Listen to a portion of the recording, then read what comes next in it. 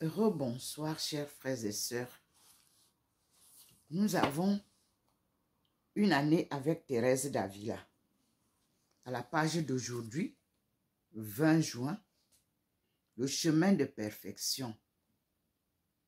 Ici, Dieu apporte avec lui la liberté. C'est le titre. Dieu apporte avec lui la liberté. Nous sommes la demeure de Dieu. Une évidence que Thérèse d'Avila a mis longtemps à découvrir. Une fois cette découverte faite, il s'agit de prendre soin de cette habitation de Dieu en soi. N'allons pas nous imaginer vides intérieurement. Et plaise à Dieu qu'il n'y ait pas que les femmes pour tomber dans cette lubie. Car si nous veillons à nous rappeler quel hôte nous habite, je tiens pour impossible d'accorder tant d'importance aux choses de ce monde. Nous verrons combien elles sont insignifiantes comparées à ce qui se trouve en nous-mêmes. Mais que faisons-nous d'autre que l'animal qui, voyant une proie qui lui plaît, se jette sur elle avec avidité? Il doit pourtant y avoir une énorme différence entre les animaux et nous.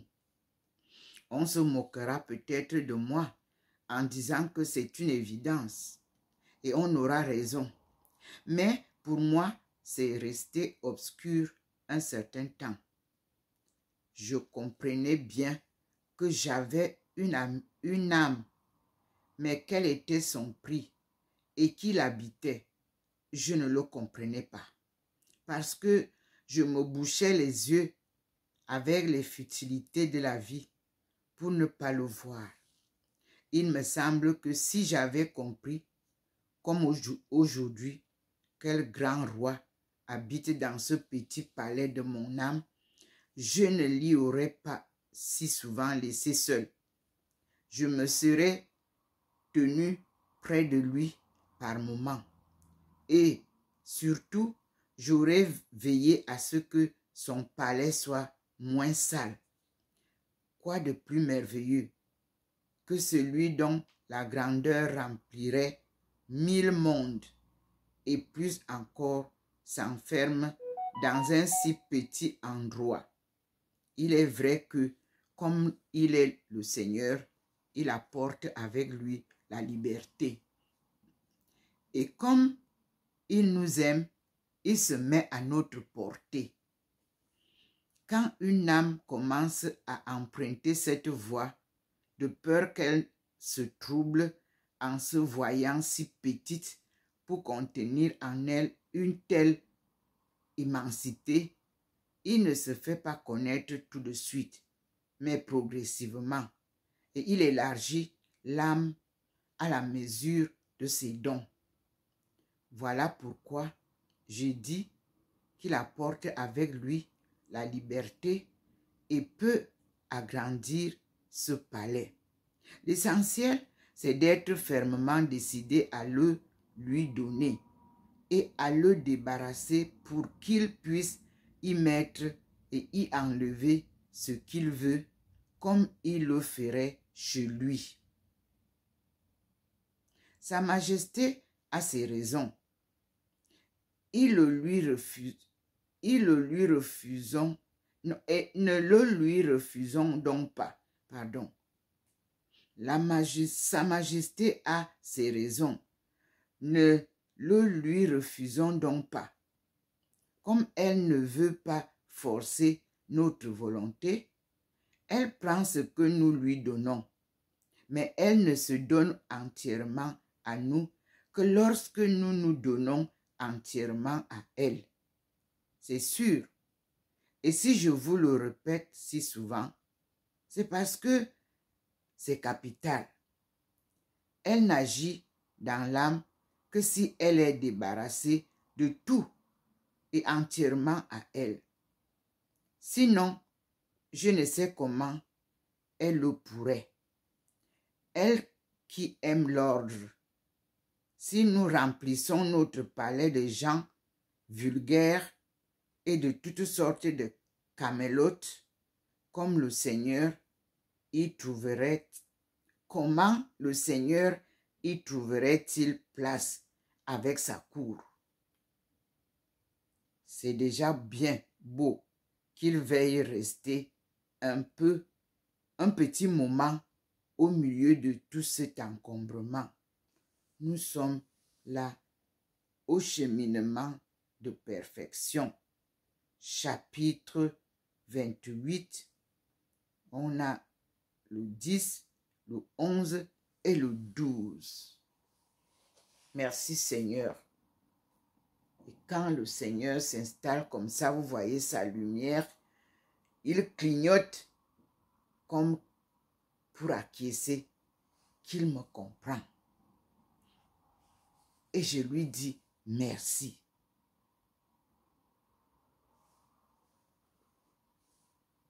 À toi la gloire, Seigneur, pour les siècles et des siècles. Amen. Hier, la journée était avec ce message que je cite pour terminer. Il y a des hauts et des bas dans le recueillement. Mais si on persévère quelques jours, on voit combien on y gagne. Se recueillir, c'est déjà s'embarquer pour un voyage en haute mer, ou c'est revenir à la ruche, comme l'abeille. Ceux qui parviendront à s'enfermer ainsi dans ce petit ciel de leur âme, où habite celui qui a créé le ciel et la terre, et qui s'habitueront à ne pas regarder au dehors, ni à rester là où leur sens les distrait, croyez-les en excellente voie. Ils ne manqueront pas de parvenir à boire l'eau de la source et feront beaucoup de chemins en peu de temps. Ils ressemblent à celui qui s'embarque sur un navire. Si le vent est un peu favorable, il arrive en quelques jours au bout du voyage, tandis que ceux qui se déplacent par voie de terre mettront bien plus le temps. Ceux qui prient ainsi ont déjà pris la mer, comme on dit. Ils n'ont pas entièrement quitté la terre, mais font tout leur possible au moment de l'horizon pour s'en détacher en recueillant leur sens. Et si c'est un vrai recueillement, on le comprend très clairement à ses efforts. Je ne sais comment vous le faire comprendre. Quiconque l'aura expérimenté le saisira. On dirait que l'âme, voyant que les choses de ce monde ne sont qu'un jeu, quitte la partie. On ne comprend pas cela au début, car il y a des hauts et des bas dans ce recueillement, mais si on s'y efforce, car le corps réclame ses droits, sans comprendre qu'il se perd lui-même en ne s'acceptant pas vaincu. Si on en prend l'habitude et si on persévère quelques jours, on voit et on comprend combien on y gagne. Dès qu'on commence à prier, c'est comme quand les abeilles viennent à la ruche et y entrent pour faire leur miel, sans que nous ayons à nous en occuper. Comprenez bien ce que je viens de dire. Et si ça semble obscur, celui qui voudra le mettre en pratique comprendra. Oui, ces âmes avancent sur la mer. C'est le chemin de perfection, chapitre 28, 2, 6, 7 et 8. C'était la lecture d'hier. qui le Seigneur a fait d'abord lire l'autre pour mieux nous faire comprendre. Merci Seigneur. L'oraison de recueillement pour Thérèse d'Avila revient à chercher la présence de Dieu en soi. Il convient de se garder des fausses humilités. Il faut être sincère aussi avec Dieu. Laissez de côté ces étroitesses que certains confondent avec l'humilité. Soyons donc sincères. L'humilité ne consiste pas à se refuser une faveur que vous fait le roi, mais à l'accepter, tout en comprenant qu'on ne la mérite pas. Franchement, drôle d'humilité que l'empereur du ciel et de la terre vienne dans ma maison pour m'accorder ses faveurs, ce séjour avec moi, et que moi, par humilité, je ne veuille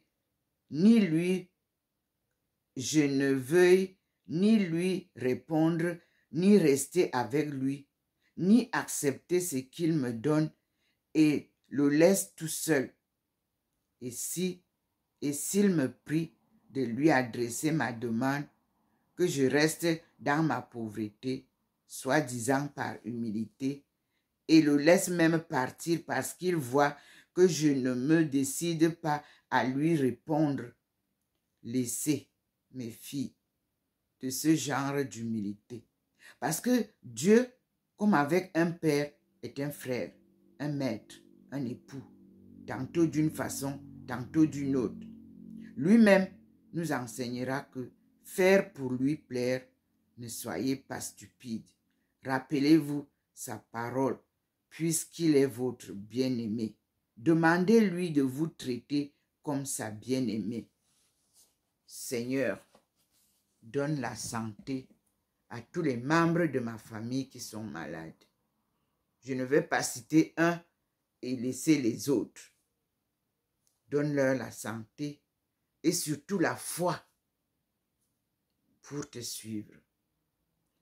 Seigneur, donne à tous mes amis et mes ennemis la santé, la foi qu'il faut pour te suivre. Et enfin, Seigneur, donne à tout notre peuple en France ici la foi qu'il faut pour te suivre. Que tous ceux qui sont malades soient guéris par ta force et ta puissance divine. Seigneur, avec la santé du corps et du cœur et de l'esprit, remets-nous sur les pieds pour te suivre. Alléluia. Amen.